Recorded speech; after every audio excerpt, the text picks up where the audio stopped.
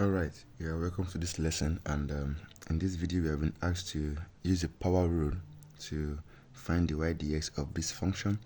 And the power rule that we know, the power rule says that to find the derivative of f of x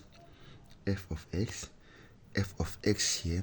Now we know something, that if we have a function of the form f of x equals xn, if we have it of this form, then we know that the power rule says that to differentiate this, all you have to do here is f prime of x, which is also equal to dy dx, says that to differentiate this, all you have to do here is multiply the base by the power and take 1 from the power.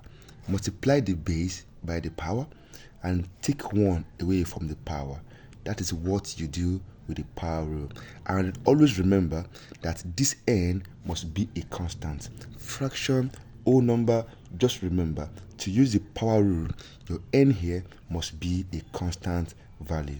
So this power rule says that this n, the n will come down and multiply this x and multiply the x. At the end of the day, you remove 1 from the power, and that is all.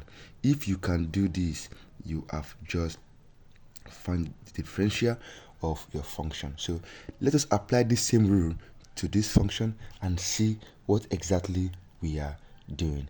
Okay, so here we have x squared plus 2. So the power rule says that the power will come down, multiply the base, and at the end of the day, take away 1 from the power. Now let's do something. So we have these 2 will come down and become 2 into x squared plus 2, and we have what? 2 minus 1.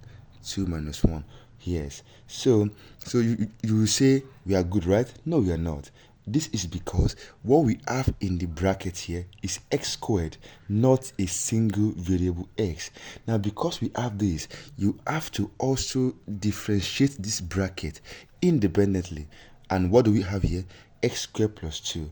X squared plus 2 becomes what? 2x. So you multiply it by 2x. So at the end, it becomes f prime of x becomes 2 times 2x is 4x into x squared plus 2, then 2 minus 1 is equal to 1. So the derivative of this function is equal to f prime of x equals 4x into x squared plus 2.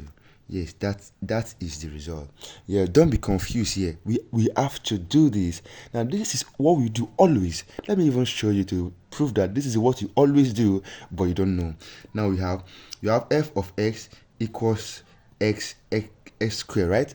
Okay. Now f prime of x, let's assume this x to be in bracket. Now f prime becomes 2x, right? Now the x in the bracket, you do it now.